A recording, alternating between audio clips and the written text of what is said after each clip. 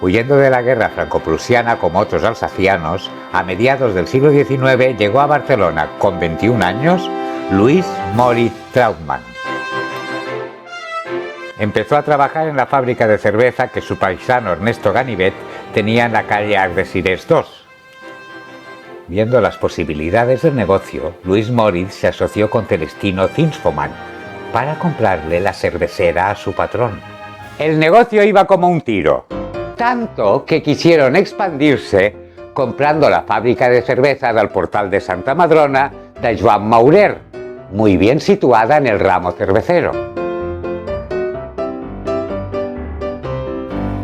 Su competencia era el Celler Català, de Campanyà, situado delante de las escaleras de la catedral, que producía la cerveza Petri y una gran variedad de vinos de mesa que se servían a domicilio. Pero su verdadero contrincante era la cerveza Damm, fundada en 1876 por el también alsaciano August Kunzmann y su esposa Melanie en el número 27 de la calle Viladomat. Sobre 1860, Moritz buscó un emplazamiento más céntrico en el creciente Eixample. Compró un solar en la ronda de Sant Antoni número 39 para edificar una fábrica cervecera industrial que funcionaba a vapor. Fue la primera del país. La cerveza ya no era un lujo, sino que el consumo era más o menos habitual. El Gambrinus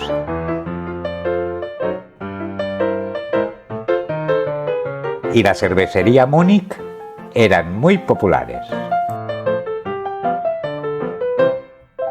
La firma presentó su stand en la Exposición Universal de Barcelona de 1888, logrando la medalla de oro por la calidad de su producto.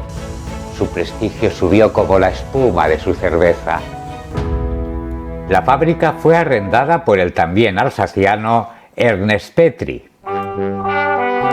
Mientras, los Moritz abrieron el restaurante cervecería Casa Moritz en la calle Sepúlveda 183.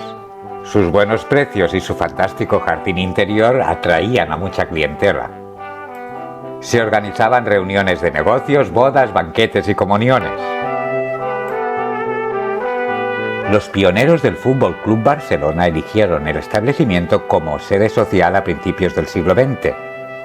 Fue allí donde se eligió por segunda vez a Joan Gamper como presidente del club. Cuando los cabarets triunfaban en la ciudad, los gerentes incorporaron un salón tango en los bajos del inmueble. Disponía también de pequeños reservados que hacían las funciones de comedores privados. Su cerveza se convirtió en la preferida de los barceloneses.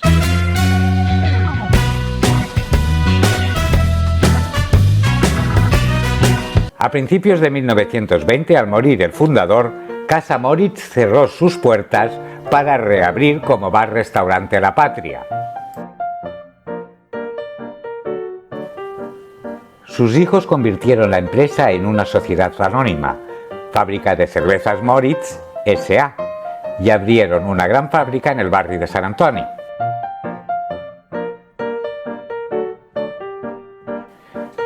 Sus cervezas eran las más demandadas, hasta proveían a la Casa Real.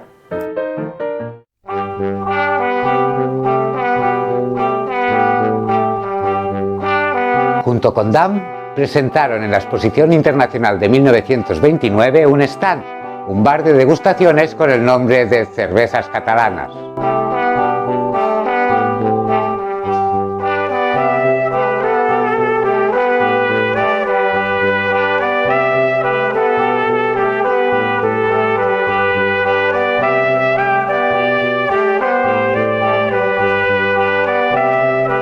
Los años 30 fueron magníficos para la cervecera. La irrupción de la guerra civil significó la colectivización de la empresa, que empezó a remontar tras la contienda hasta conquistar el 34% del mercado cervecero. La década de los 50 fue la más rentable para la empresa, duplicándose las ventas. El grupo Dreyfus y la banca catalana de Jordi Pujol habían entrado en el accionariado de la cervecera, lo que desencadenó una guerra en la dirección de la empresa. Se fusionaron con Cervezas La Mot, que tenía fábrica en Parets del Vallès, para crear Cervezas de Barcelona Sociedad Anónima Interna. Unida a la bajada de ventas de los años 70, decidieron el cierre de la empresa en 1978. Habían arrastrado 400 millones de pesetas en pérdidas. Damm aprovechó la ocasión para expandirse.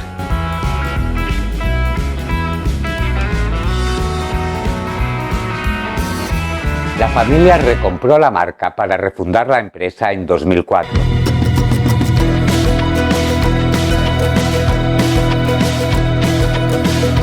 Y encargó al arquitecto Jean Nouvel la rehabilitación de la fábrica de la Ronda Sant Antoni para convertirla en punto de encuentro de los más cerveceros y amplió su oferta, por ejemplo, con helados de cerveza.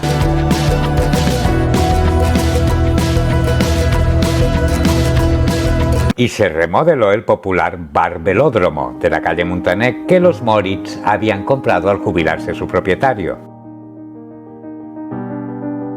En él se ideó un espacio de degustación gastronómica dirigido por Jordi Vilà.